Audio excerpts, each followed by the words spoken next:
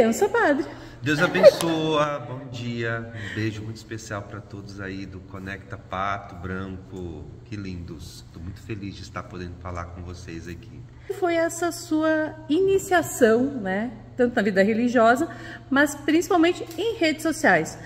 Pois é, os padres conhecidos no Brasil estão ligados à música, né, assim, eu não canto, porque eu acho que se Deus me desse o dom de cantar, eu não ia, nem eu ia me aguentar, assim, de verdade, eu ia ser um nojo, né?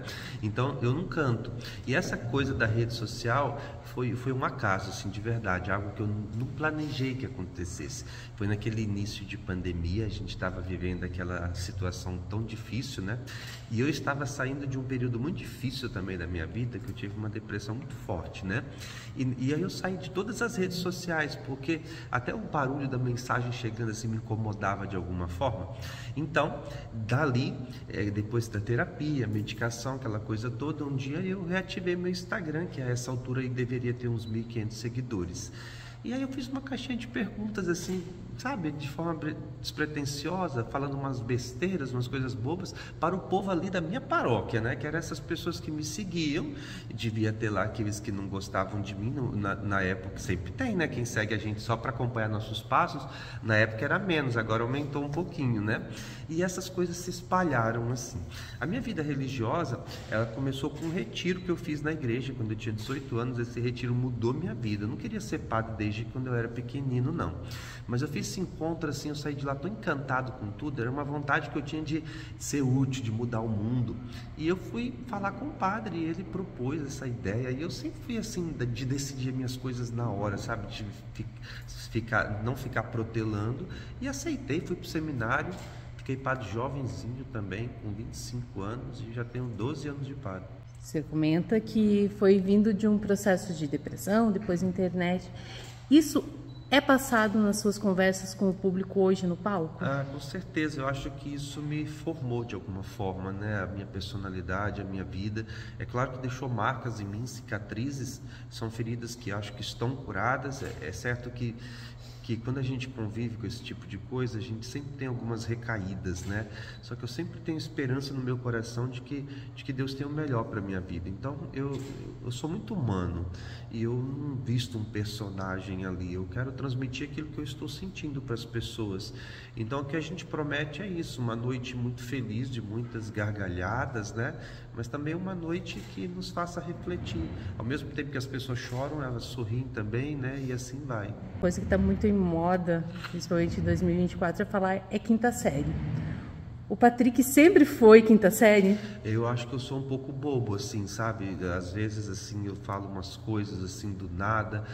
Eu gosto dessa pegada aí, às vezes essas piadas, assim, sem graça, sabe? Assim, que eu acho que é isso que encanta, até porque meu público, a maioria são mulheres além de 40 anos, né? Então acho que eu me identifico com elas, até porque eu sempre tive assim algo em mim assim de pessoa mais velha. Eu gosto de ficar sozinho, eu não gosto muito assim de estar no meio de pessoas. Visita, meu Deus, eu não gosto de visita assim quando tem muita gente em casa, aquela coisa toda.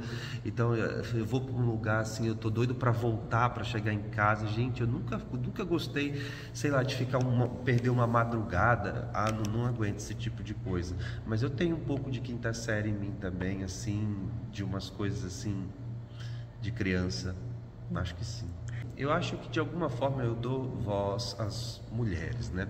Começou com uma brincadeira, negócio da brusinha, né? Eu tenho uma irmã que é 10 anos mais nova do que eu.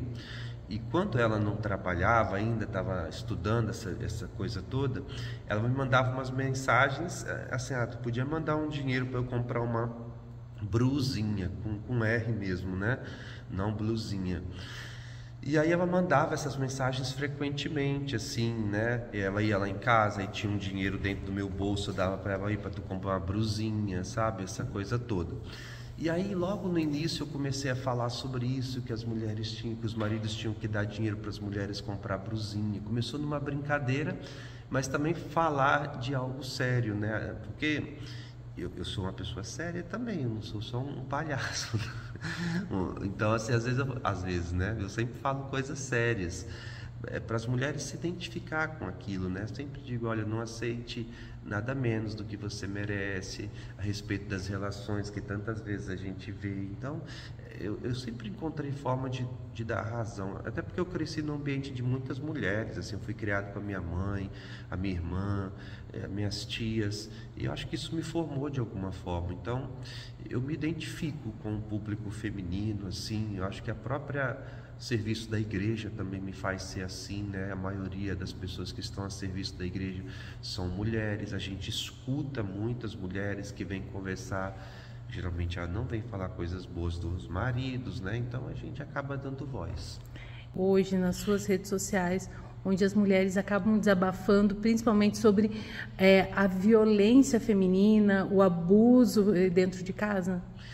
Então, a gente sempre se depara com esse tipo de situação. Eu vivi isso também na minha vida, né? Assim, acompanhando isso às vezes até de perto, em relação à minha mãe, outras pessoas da minha família também.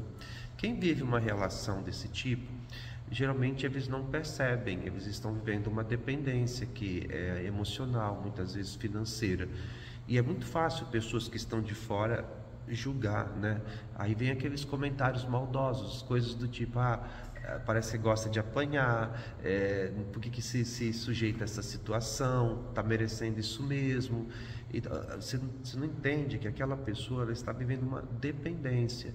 E até ela chegar à coragem de se libertar daquela situação, isso requer uma rede de apoio de quem está ao redor, ajuda psicológica, amizades sinceras, verdadeiras, para que ela se veja nessa situação de quem está recebendo o resto.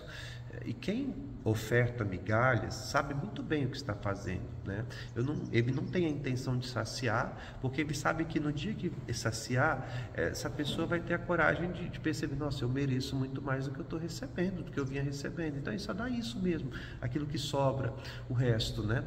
Então, a gente tem que ter muita sensibilidade, muita compaixão para quem está vivendo situações como essa e sempre mostrar que existe vida além daquela relação, que a pessoa não precisa se sujeitar àquilo, né?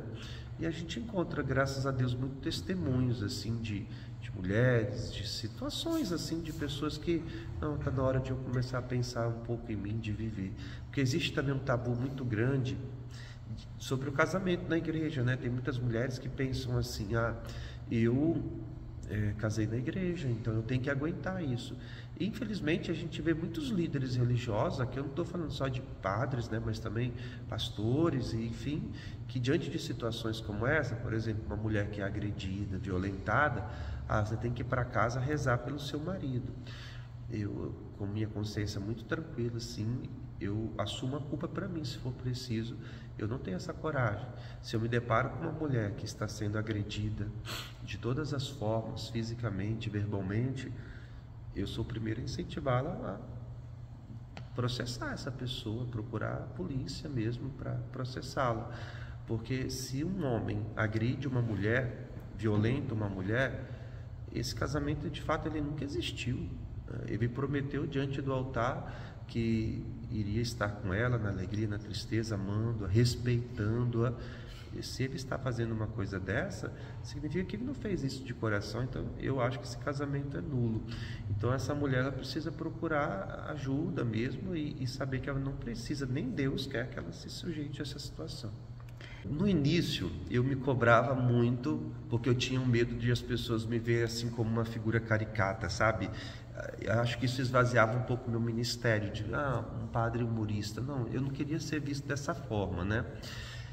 Essa compreensão mudou a partir do momento que eu comecei a viajar, porque lá na minha paróquia o povo já me conhecia, eu não tinha dificuldade com isso, eles sabiam da minha seriedade em relação à minha vida de padre, né?